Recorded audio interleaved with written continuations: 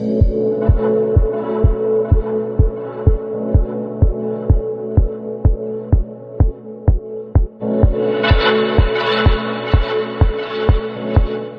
guys, I'm here with Vanessa Gordon, CEO and a publisher of East End Taste. Welcome, Vanessa, to Pop Style TV. Thank you. Thank you so much for having me. I'm excited to be here. So tell me a little bit about changes you noticed during pandemic. Did you travel at all? I noticed now we're getting out of it rather quickly. And I had a feeling this is going to happen, that people are going to want to travel now. And not only do they want to travel, they want to go on lavish, luxurious vacations. They want to do the best of the best and spare no expense and make it basically bucket list trips one after the other. So hopefully everyone's really geared up and excited to get back to traveling, as I am. So you mentioned luxury and people kind of are ready to spend. So what are some of the post-pandemic travel trends that you're noticing? I'm noticing, so instead of people going into the major cities, they're booking more suburb B&Bs and inns and luxury boutique hotels. We just did an article, for example, on the best luxury hotels in Kinsale, Ireland, and perhaps most people may be familiar with Cork in the southern part of the country, or even Dublin up into the northeast. But you have there's so many beautiful places to stay where you're not actually in the city. And maybe some people do. They love being in the city all the time. But I think it's perhaps, in my opinion, if you're going to Ireland, for example, to go and just visit Dublin for the day. I think that's perfect.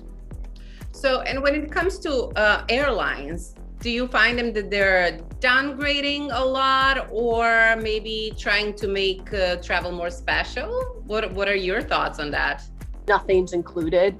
That unfortunately is what's happening. So everything is a la carte. I mean, we're now paying for bags, any type of bags, carry-on bags even.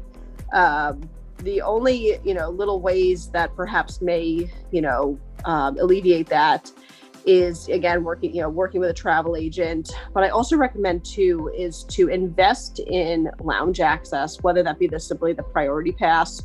If you have an American Express Platinum card or above, you get the priority pass among other credit cards, an airline credit card, pick one airline and stay very dedicated to that. But always lounge access is, for me, a huge deal. I need to make sure I have my lounge access everywhere I go. Fares were kind of low in the past year. They're going up. Yeah. And surely. What are some of your tips or tricks you have when it comes to booking a ticket? Yeah, so you want to book your airline still as soon as possible. There are websites, though, just being very transparent, it can be a little bit too good to be true because you see this great deal, but then all of a sudden you have all these limitations that come about. I mean, ones that are great. I mean, there's Scott's Cheap Flights that is a good site, but then you want to make sure though that if you're going to go with those websites, that it's just like kind of a one-time deal. You're not going to matriculate any points. Okay, and so what are some of the popular destinations? You mentioned Ireland, but what about exotic places or warmer places? Sure. And what's on your bucket list? Yeah, so I recommend, honestly, if you want to experience a country with not too much, the crowds are going to be minimal. Because remember, most parts of Europe and other parts of the world, they can't travel yet. The US has a big foot in the door because they could travel. So go to the places that are usually packed. Like Italy just opened up, France just opened up. Go now. And don't wait. Greece is becoming extremely popular. Turkey, the Emirates, Ireland, Scotland, the Maldives is gaining even more popularity. Mexico, of course. But exotic destinations, Sri Lanka is on my list. It never had been before, but I'm learning more and more about it. And so tell us a little bit about some of your favorite memories from your travels. Certainly. Yeah. So one of my favorite trips I'd love to share with everyone is to Australia. So what's very fascinating about Australia is I remember online, it was on Facebook, there was a poll that was given about which destination in the world that people rave about that you have just no interest. And Australia was chosen, but I strongly disagree. Australia was one of, if not one of my favorite trips. I look forward so much to going back.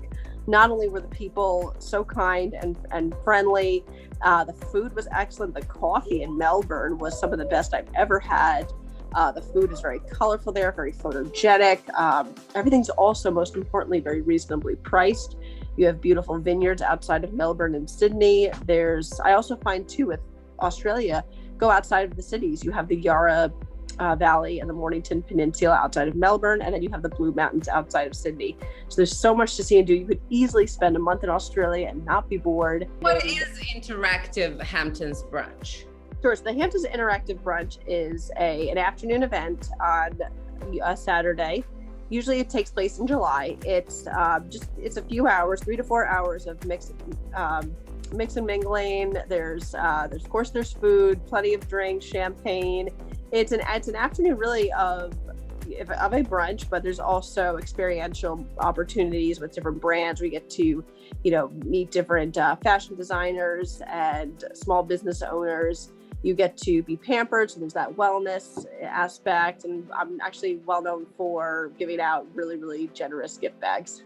So Vanessa, as a local in the Hamptons, what are some of the must-see things in the Hamptons this summer? There's a lot of great restaurants that have just popped up. There's Rita Cantina in Springs. There's CC right down the road in East Hampton Point. So there's lots of phenomenal spots. You have Kisaki, famous omakase sushi spot that's opened up in Montauk, going to be opened up in East Hampton. Lots of activities out here, not necessarily the large events like the 500 to 1,000 plus gatherings, but still a couple hundred people coming together. There are going to be some galas and fundraisers. There's going to be a couple of festivals, and people are turning out to them in great numbers. So it's really, really, I'm thrilled that we're finally back and ready to go this summer. It's like almost like nothing happened. All right. Well, thank you so much, Vanessa. And next time we'll see you in person.